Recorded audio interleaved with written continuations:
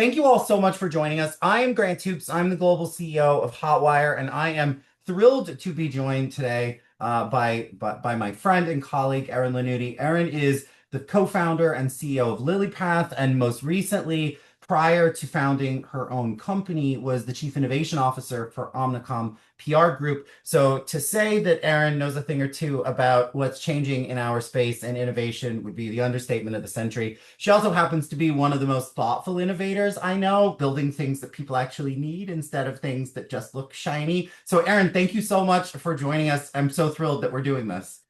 Me too. Thank you so much. This is going to be a ton of fun. We are, what you guys have built, what you and Todd and Dan, your co-founders have built at LilyPath, I think is something really extraordinary in part because it speaks to this fundamental change that's sort of going on right now in the world around visibility, discoverability. So I thought maybe let's start there for a second, right? Certainly we have all experienced what let's say started maybe 15 years or so ago with social media, or maybe 20 years ago. Let's not think too hard about that. With social media and sort of how that kind of gave broad access to the bully pulpit to anyone who wanted to speak. And then in more recent times, we all went through COVID, which had a pretty structurally, foundationally shaking kind of impact.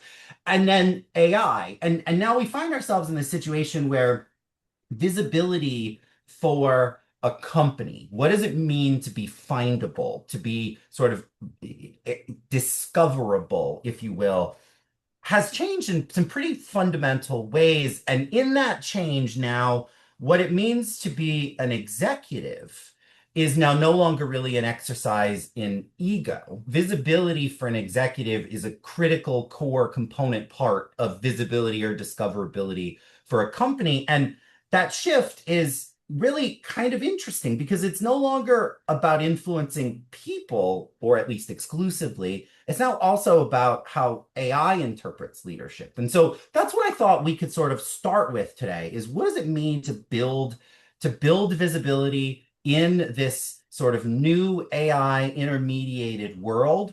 And within building that visibility, what is the end game? Like, what are we trying to achieve? Yeah, so I think you have to step back and look at how search has changed, right? I think everyone in our industry has spent probably the last 2 years, 2+ years, looking at how search is changing and how that's impacting brands, right? And so it used to be we went to websites and brands controlled their narrative. Now we're competing for to be part of a recommendation from an engine, and most people aren't clicking out anymore, right? And so everyone was looking at what are the citations for that? What are all the pieces for that? But guess what? The same thing holds true with executives, right? And how you find people today. Um, and so that's a huge fundamental shift that's happening at large. So being visible, being accurately portrayed in those answers, really important. And LinkedIn plays a critical role in that. So that's why at LilyPath we focus on LinkedIn to make sure that you are visible and accurately portrayed in LinkedIn so that AI engines surface you not just on LinkedIn, but across the major LLMs, which is a shift, right? So the role of LinkedIn has changed as part of all of these other changes that we're going through at the same time. Yeah. So we want to make sure that, executives, LinkedIn, as you said really well, isn't just a vanity play anymore, right? There's real meaning to why, we want these executives to show up because the role of the executive has changed a little bit in the eyes of how they're treated by the different algorithms. Yeah. Let's talk a little bit about that. I mean, I think one Yeah. of the things that's interesting to me is, right, when we think about executive visibility, LinkedIn's always been a part of it, right? We've always had earned media. We've always had sort of, let's call them like events and moments. Might be internal engagements, might be external engagements. Of course, next week, many of the folks on the call are likely going to be in Cannes. So we're going to have a lot of those executive visibility moments. And LinkedIn has always been a part of that. But things are different now, and that really is part of what led you and your co-founders to found LilyPath. So maybe let's start there. What is LilyPath? What have you built, and why? Sort of from a macro perspective. Yeah. So, LilyPath is a patent pending, what we call authority intelligence platform. It helps professionals understand, shape, and protect how the AI systems are interpreting your authority out there, right? Because it used to be when we did executive visibility, we were trying to get in media, we were trying to get direct to humans, but now it's fundamentally changed, right? We now have AI as gatekeepers on multiple platforms. So we all are familiar with search. In November of last year, AI, three different AI elements went on to the LinkedIn platform. So now LinkedIn is gated as well for everything you do on that platform. So we need to start making sure that we're not only managing our executive reputation in the media, where we always have, but we're also now really thinking through how we're managing it to AI agents who increasingly are the first door for you, right? And your reputation. So if you're not getting through that agent, you might never make it to that media source, that event, or whatever it is you're trying to achieve. Which I think really is, it sort of speaks in an interesting way to the business impact of what we're talking about, right? It used to be, I think, softer metrics we would talk about. We would have conversations with execs. For us as a comms agency, our clients, we would talk with them about the importance of visibility and why you should do this interview or why you should build Yeah. these thought leadership platforms and programs and so on. But to your point, we were really very quite targeted in talking to specific audience segments that we were trying to engage for very specific business outcomes.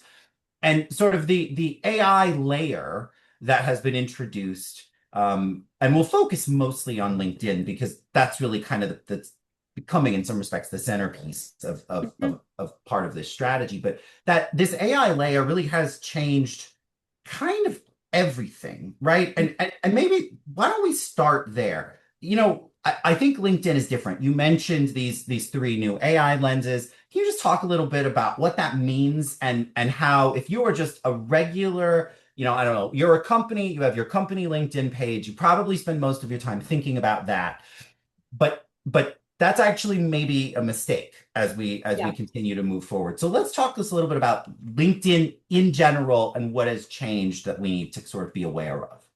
I'm so glad to answer this question because I think there are still so many misperceptions of do's and don'ts on the LinkedIn platform. So I'm going to give some stats. So today, company pages are 5% of user feed allocation. That's a huge change.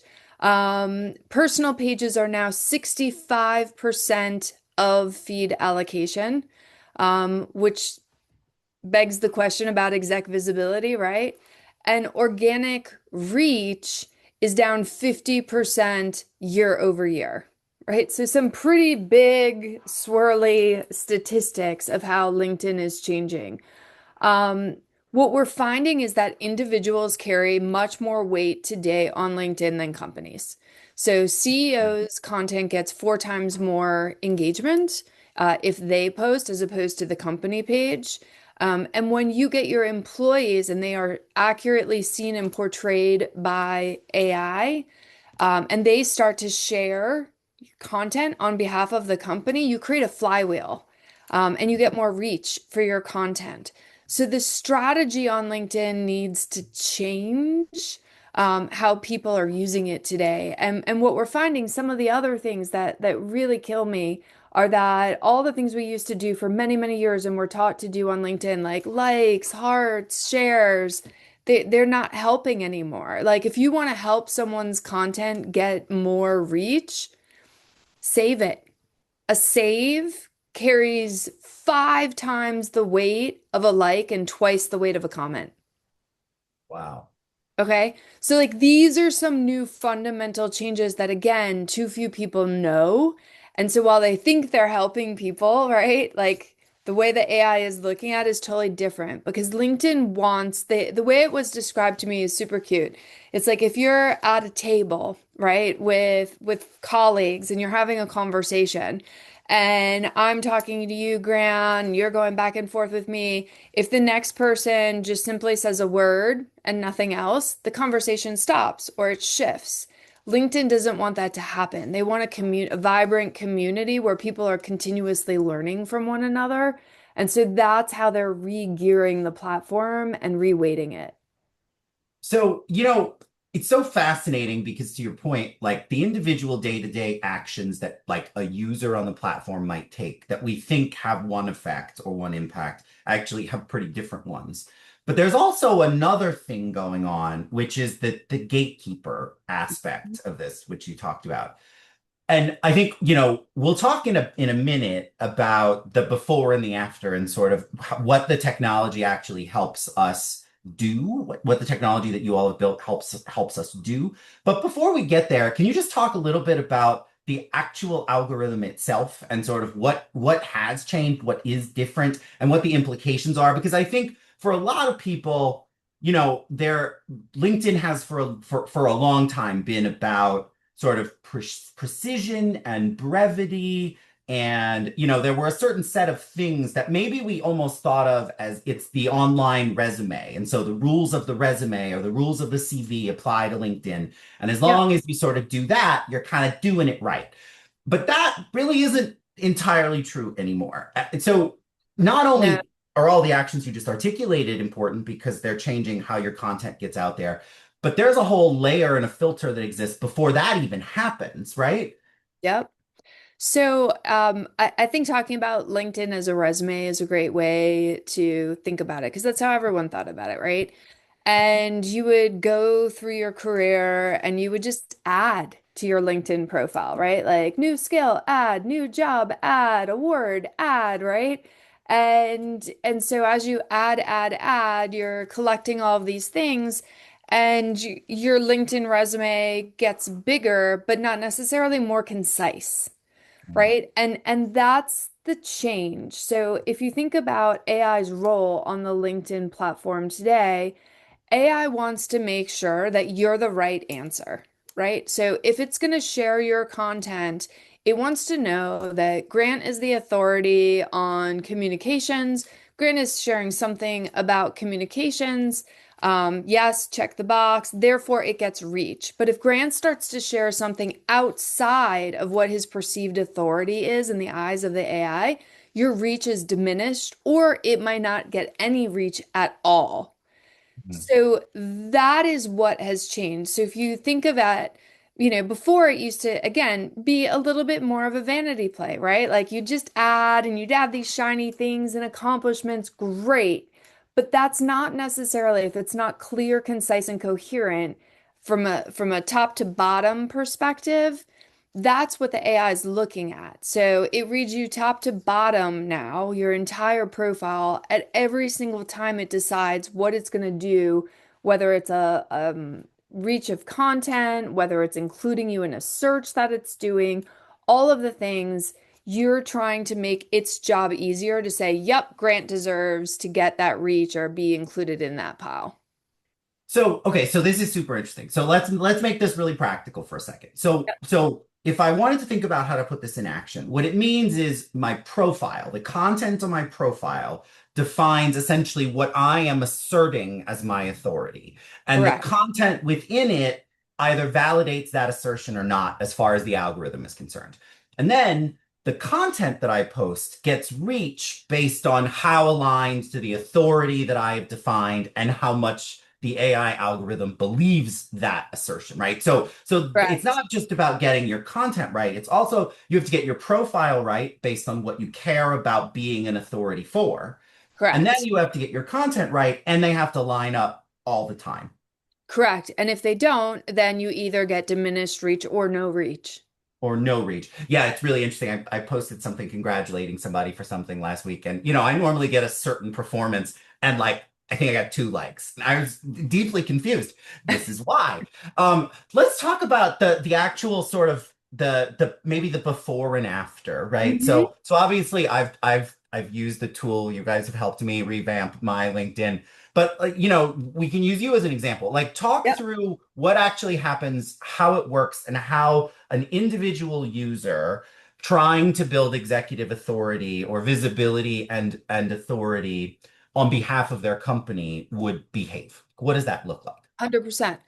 So when you go on to lilypath.com and you do an authority builder, which is what someone would do if they're looking to boost their exec visibility, the first thing it does is it goes through your LinkedIn profile and it dissects every single piece of it, from headline to about section to career to your skills, which are really, really important. In my case, I got a 53 for my AI readiness, right? And I was And shocked. you're like an AI, I you're an was actual shocked. AI guru. So that's saying something. And I was shocked. And so I said, how is this possible, right? I'm on this platform, I have lots of followers, and I started digging into what the AI was perceiving about me. And essentially what we found is that I was misclassified. And I was misclassified because I added onto my LinkedIn, right? And I've had a long career. And so when it read me top to bottom, it was like, oh, well, Erin says, she's got a skill of press release writing, right? What does that have to do with her being an AI strategist, right? Well, I'm confused. So therefore, I'm going to just park her. I'm not going to include her in there, right? And so my Lily Path report showed me, okay, Erin, like you have 89 skills, right? Like we got to clean Mhm. all that up and reprioritize them. What are the like top ones in priority order? How are we talking about you? What keywords? All of those things, right? And so when I redid my Lily Path, today I'm in the 90s. It also told me, okay, now that you're an authority in, AI strategy and geo and all these things, these are the things that you should be posting about. And when you post about what the AI says your authority is, you get more reach, right? So in the Lily Path, not only does it break apart and tell you what you're doing right and wrong, right? What you should be doing, but it also rewrites and recommends the copy that you should put in, and you literally cut and paste it in. So it's very easy to affect change, to get you going in the right direction. It's so interesting too. I mean, that I think as you articulated, kind of an individual user using the technology to optimize their profile. And we'll talk Yep. in a bit about like use cases. Yep. For us as a PR agency, we do a lot of work with big companies who are trying to tell sort of broad, often global, complex stories, right? That they have message houses and lots of key messages they're trying to tell across the course of a year that all are connected to business outcomes or commercial outcomes. And some of the levers that they have to tell those stories is how their suite of executives show up. And so for us, I think part of what's proving really, really interesting in our partnership and how we're using the technology with clients is we're actually taking a step back and saying, you're a company that has 15 C-suite executives, or you're a company that has 1,500 people on your sales force, or you're a company that has a group of fill in the blank, right? Who represent the organization and who, if thought about strategically in their totality as a lever for the business, we actually can take advantage of that shift you talked about earlier about feed visibility, right? Or feed, I don't know what shelf space, if you will, and build these programs not just about a single person, not just about Aaron, but what does it mean to say we want to take the whole C-suite of an organization and use this technology to optimize not just for the individual, but for the combination of those individuals in advancing the cause of the corporation or the enterprise, whatever that might look like. And so it really is, there's a sort of really interesting individual component of it. And then there's also well, what happens when you start to think about what a coalition of individuals in advancing a strategic effort. And so like as a PR firm, for us, that's proving incredibly valuable because now we're having conversations about how this affects content strategy and how it affects SEO and how it affects paid and how it affects all of those things. Because if we don't have these underlying fundamentals right, it makes it much harder to do all the other stuff that we might want to do, right? And Yeah. so, this is kind of a bit of a weird example, but we think about what kind of stories, what kind of interviews are we going to pitch media with certain executives? Well, if we're going to set the executive up to then repost that interview on their LinkedIn, it needs to line up with the underlying authority we're trying to build. And so these things all become really fundamentally interconnected. 100%. And a lot of companies are coming to us and saying, you know what? We have 15 C-level executives who should be talking about what? Right. Right. So also looking at it to make sure that they're optimizing in their overall strategy in that way too. Yeah, it's so, and I'll add one other component because you and I have talked quite a lot about this. One of the other things that Hotwire does a lot of, we built some technology around answer engine visibility and sort of optimizing how visible a company or a brand or a product, or for that matter, to this point, an executive is within each of the major answer engines, right? The Yep. Claude, ChatGPT. And part of this is these things all have to kind of work together. And so I think one of the things that's proving really interesting in our work with clients and as part of our partnership is we can no longer think about these things as like individual siloed content concepts. That they exist in an ecosystem where you're no longer, we used to be able to do that because humans were not so great at thinking across many, many data points and platforms all at once. But Yep. these technologies are really good at that. And so they actually, what comes up when I type in Aaron Lanuti in ChatGPT is actually affected by what's going on in your public profiles on LinkedIn, is affected by your media interviews, is affected by those things. So maybe should we talk a little bit about kind of what happens when this leaves LinkedIn or what the implications are as it sort of trickles outside? I mean, I think that that was a fantastic example because most people don't realize that what happens on LinkedIn no longer stays on LinkedIn, right? So that's a big change. Like all of the answer engines, as you said, are now leveraging LinkedIn's information for professionals, right? And so Mhm. many times we're finding what's in your profile is now directly being pulled into chat or Claude verbatim. So it's really, really important to get that LinkedIn right. And then the second part of what you were saying is so true because today when people say, find me the best orthopedic surgeon, right? Um, what's going to come up, right? And how are you going to influence that? And yes, you have to influence the AI and the LLMs, but guess what? We talk about AI as a broad statement, but each one is so different, right? Mhm. And so in reality, you need strategies for each one because they're pulling different content, right? And different sources.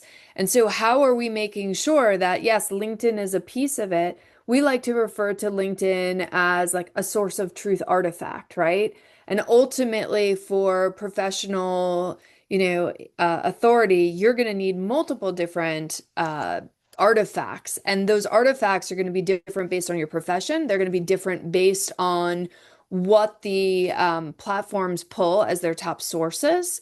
But as communicators, I think on the one hand, we've got the publications shrinking, right, that we can get our stories into. I think the concept of source of truth artifacts is a whole new place for PR to play with our clients and help them navigate this fundamental shift that's occurring. It's so interesting in part because I think I've been in this room a bunch of times and I suspect you have as well, meeting with a CEO or a CCO or a CMO and talking about the sort of need for them to be more visible, to be out there, to sort of be doing things. And that moment where the CEO goes, look, I'm going to do two of these this year. Like I'll do two interviews or I'll do two main stage events or like this isn't it's not the me show. And I really do. I've long, I think, admired those leaders who weren't in it for the ego, who sort Yep. of weren't in it for the vanity. But the practical reality of where we are right now is that if you're not in some respects leaning into some of these things and your competitors are, then you are going to be at a disadvantage, right? So how should or how does LilyPath as part of the underlying tech kind of think about that? You talked a little bit about recommendations on, how to change profiles. Maybe we can talk a little bit about that, how that tech works, and then how that tech sort of funnels through a partner like us in advancing how a company would adapt, or a set of leaders at a company would adapt or evolve their profiles. So I think there's a couple things in that, right? So what we look to do is obviously optimize people's profiles, make sure they're accurately portrayed, visible, et cetera, et cetera. Right? Once we get that done, many people, which is really funny, start to come to us, and I think you were the first to bring it to us. That said executive said, okay, now I've got my profile is optimized, right? Now I want to be compared to Johnny, Sally, and Henry, right? Mhm. And so we also do these competitive intelligence analyses where we allow executives to compare themselves, right, to other peers or aspirational peers, which then helps the content strategy. So, what are they an authority of in the eyes of AI? What are you an authority of? Where's the white space that you can and should go after, right? Mhm. So I think that's another huge thing that the tech is helping partner. And then the other piece is, where should like realigning and relooking at executives and mapping, what events, should they be speaking at based on, if you've got a whole organization, right? We want to make sure that we have the people with the right authority talking at the right events and they're not talking over each other and all the things. So there's a lot of that too that we've been helping companies with that again, once the platform gets you optimized, we can help do that. Yeah, it's so interesting too. The number of places where in talking with our clients, we're advising them because of the insights that we can gather. And again, right, there's sort of the insights that exist within the bubble of the individual person. And then there's the Yep. insights that exist as you look at all the bubbles of people within that one company, think executive team or whatever. Things like what boards do you choose to sit on, right? So Yep. for example, right, obviously my profile is optimized and I get extra credit for being on the board of the Center for Public Relations at USC because it's aligned to the things that I am sort of building my online authority about. And that's beneficial to the agency where I work. So when we think about what we're doing with clients, I think what you're articulating here is really, really important because there are the component parts of this that are good for the individual. And Yep. then there are the component parts of this that are good for the enterprise. And what's interesting, maybe interesting isn't the right word. Maybe it's what's most exciting is that those interests are aligned right now. And so that's not always true, right? There are a lot of times where the interests of the enterprise and the interests of the individual are not aligned.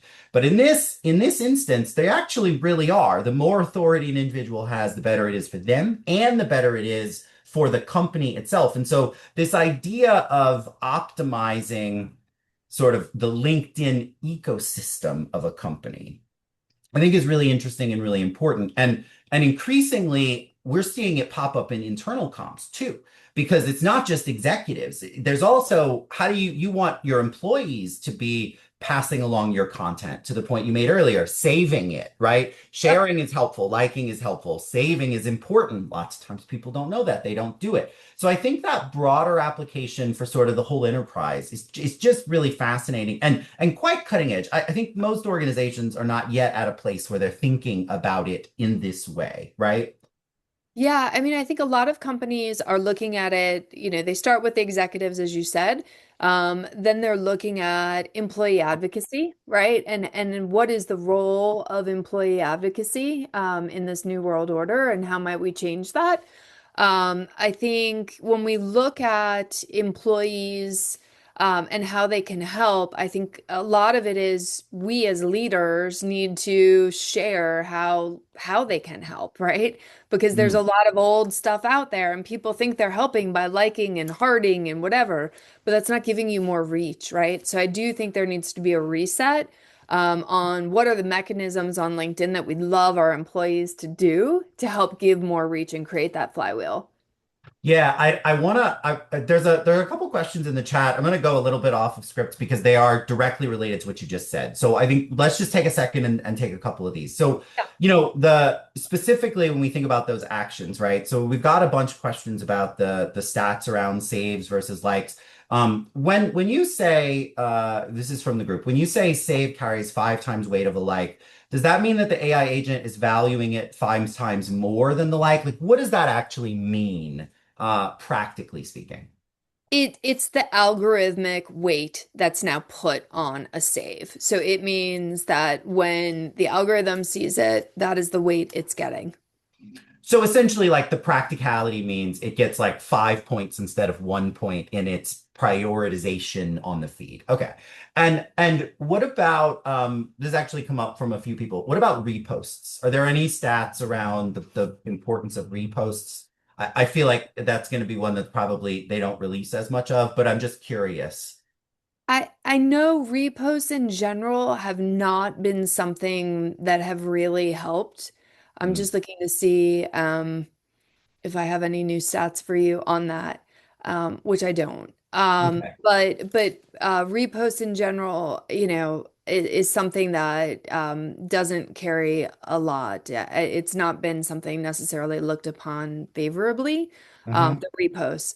I mean, I think the other thing we were on a call, Dan and I, with some of the LinkedIn, or actually Dan asked the LinkedIn people 2 days ago about the links, right? Because we all want to link out to content.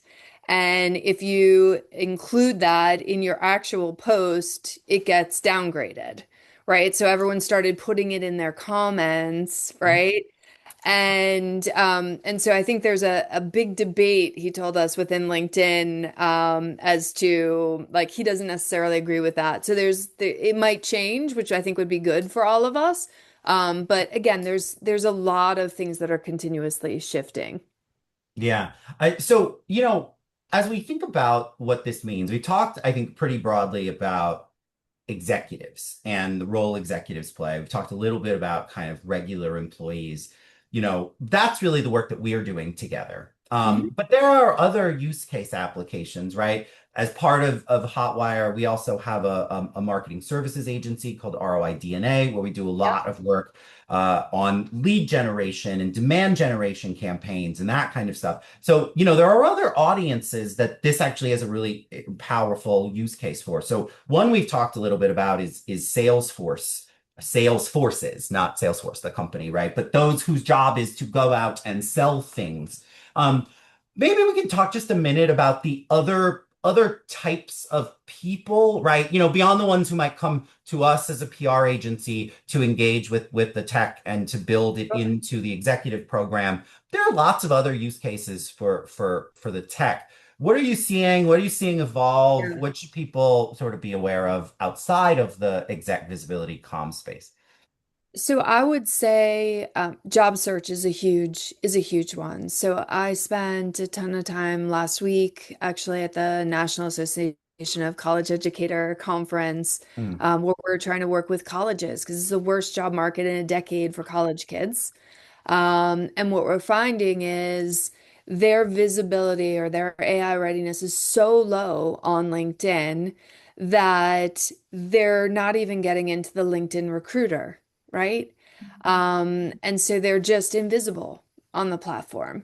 And so we've been working with students and hopefully soon colleges to help them solve this structural issue for job seekers overall.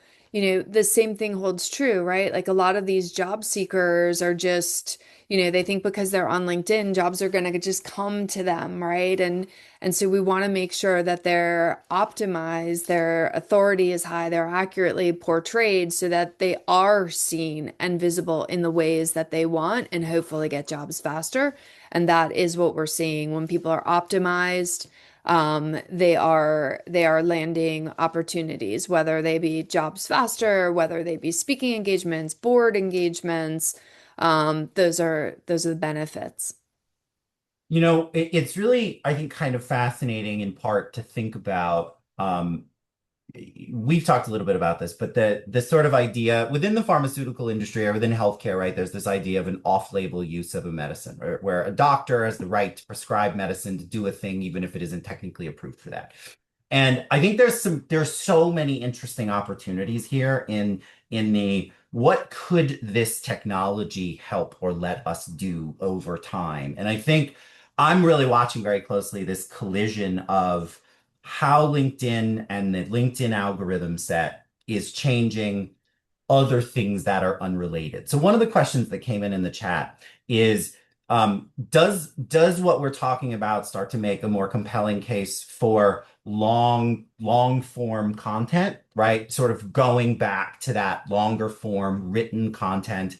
And what does that then potentially mean for like the boosting of individual content? So do you all have a point of view about how content types are evolving within LinkedIn? And then what about that? Should the individual push that button that says boost and spend money? Is that sort of helpful to their exposure algorithm?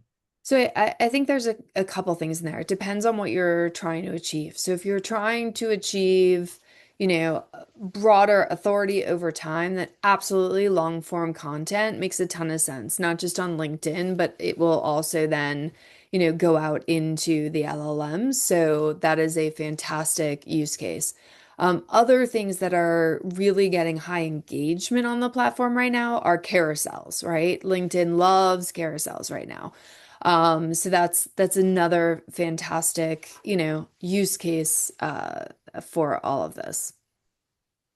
So for those of you who Dan, who is Aaron's co-founder and one of the tech lead at LilyPath, has answered a number of these questions in great detail in a way that's quite compelling. And I will not just reread them to you, but you should read them because it's very thoughtful and some of the tech is sort of making sense. But I will say at a high level, definitely repost. It's not going to hurt you, but it's also not going to help. Links aren't the problem. What they don't want is people leaving, and links send people away. So figuring out how to keep people longer is going to be sort of the key piece.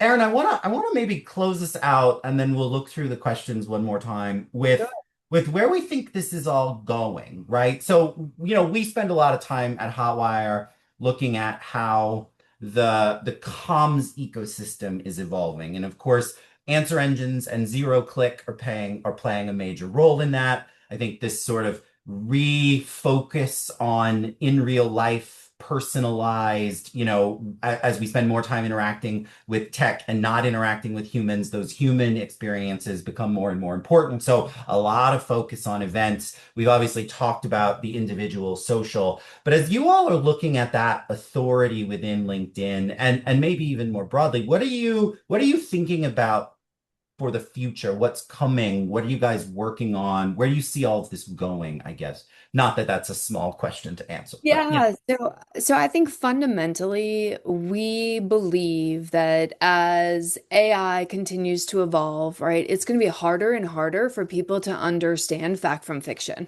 right? Very hard, right? Everyone's writing AI generated content. You've got AI generated, you've got synthetic influencers out there. So what's real and what's fake, right? And so at LilyPath, we really believe identity is infrastructure in the AI era. And mm, so what we are really trying to do is we're starting with LinkedIn to make sure that people are visible and accurately portrayed in AI. And so whether that's LinkedIn, whether that's LLMs, whether that's I have no idea where else, right? yeah, we don't know what's coming, right? We don't know. But that is really what we're trying to do because if you think about your credit score that's existed, right, for the last 50 years, right, that determine the opportunities you get. So too are the AIs now determining your opportunities, and it's invisible to you. So it's really important that not only as individuals, but as PR and comms executives, we're in front of it. And I believe this is a core place for the comms community to play in the future. Yeah, it's such an interesting kind of concept to round us out on, which is we've spent a lot of time talking about the opportunity here, and there is a lot, I think, of opportunity here. But the practical reality is there's also quite a lot of risk here of not dealing with it, of not acknowledging that these things are changing. Because to your point, right? Every company knows exactly what their credit worthiness is. They know what their ratings are from the credit agencies. They pay a great deal of attention to what their auditors think. They have risk and audit committees at the board level who are paying attention to all of these things.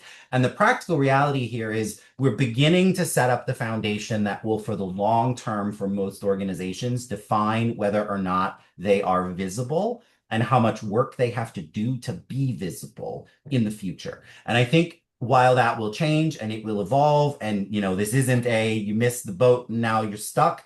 I do really think those organizations and those individuals who get out ahead of this, who start to do the work of building that identity now, will find themselves in a better position. I don't know that anybody can really describe or define what that future state will look like, except to say, to your point, increasingly there will be these sort of data-based definitors that used to be the purview of companies that defined their customers. You know what your lifetime customer value is, right? Increasingly, it's also going to be the way AI tools value enterprises. And that means how consumers, potential employees, potential regulators or legislators, right? All of those stakeholders that we care about as communicators are now going to be disintermediated by this layer that will use your credit score, right, as an organization, your authority score to define whether you're seen in what context and how much and in what tone. Is it positive? Is it negative? Is it neutral? And I think the other kind of really interesting thing is increasingly as we're working with clients on optimizing their visibility in large language models, is that visibility is also contextual. Yep. Not every organization cares about being visible to everyone. And so if you are a technology company, a B2B tech company, you care a great deal about chief technology officers.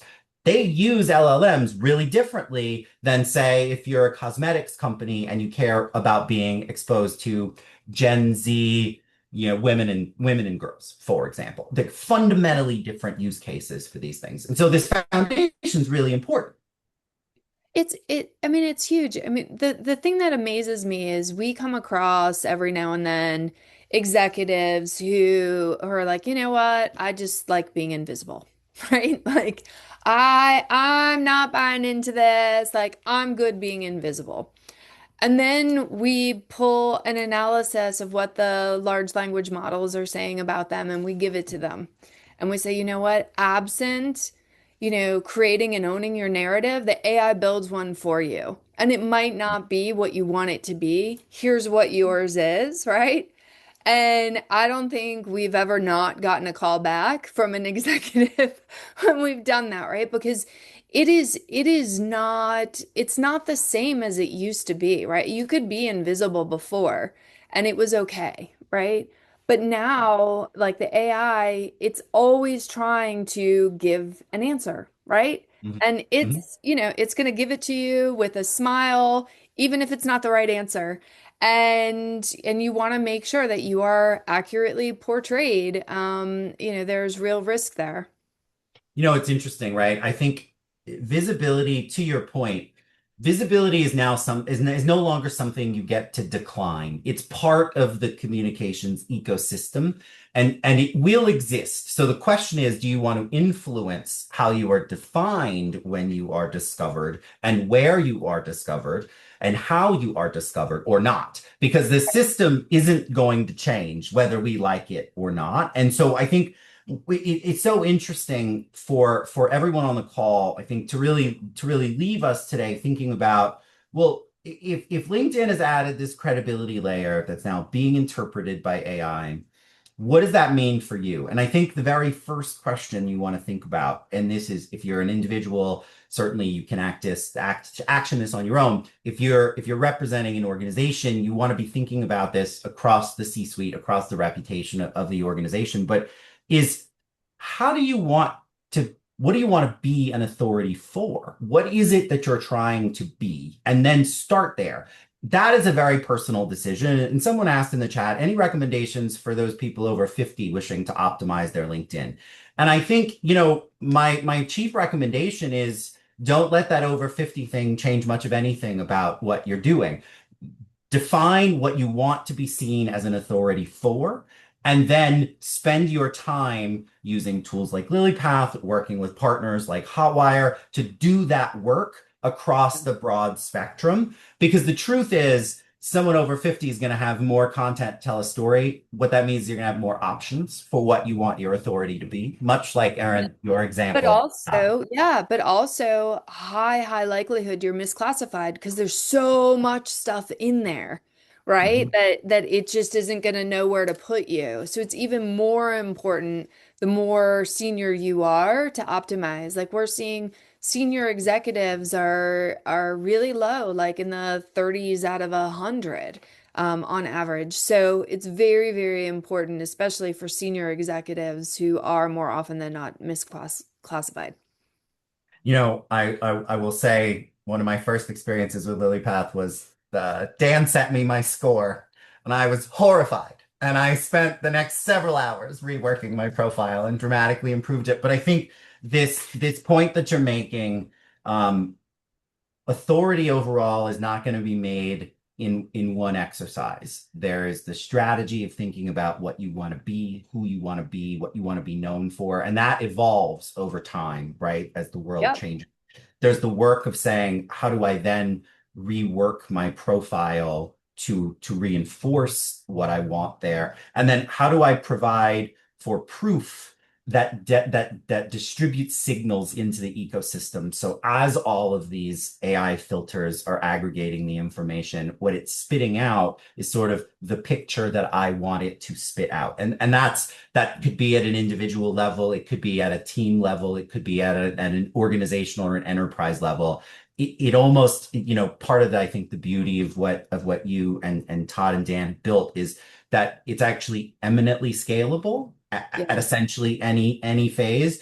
And for those of us working in comms, the ability to really start to have hard data about LinkedIn that informs those broader corporate or product comms marketing strategies is really, really new and unique and immediately actionable. And I'll tell you, our clients are extraordinarily excited about the sorts of insights and advice and activations we can bring them now because of this partnership and because of the things that you all have built. So thank you so much for doing this. I think You.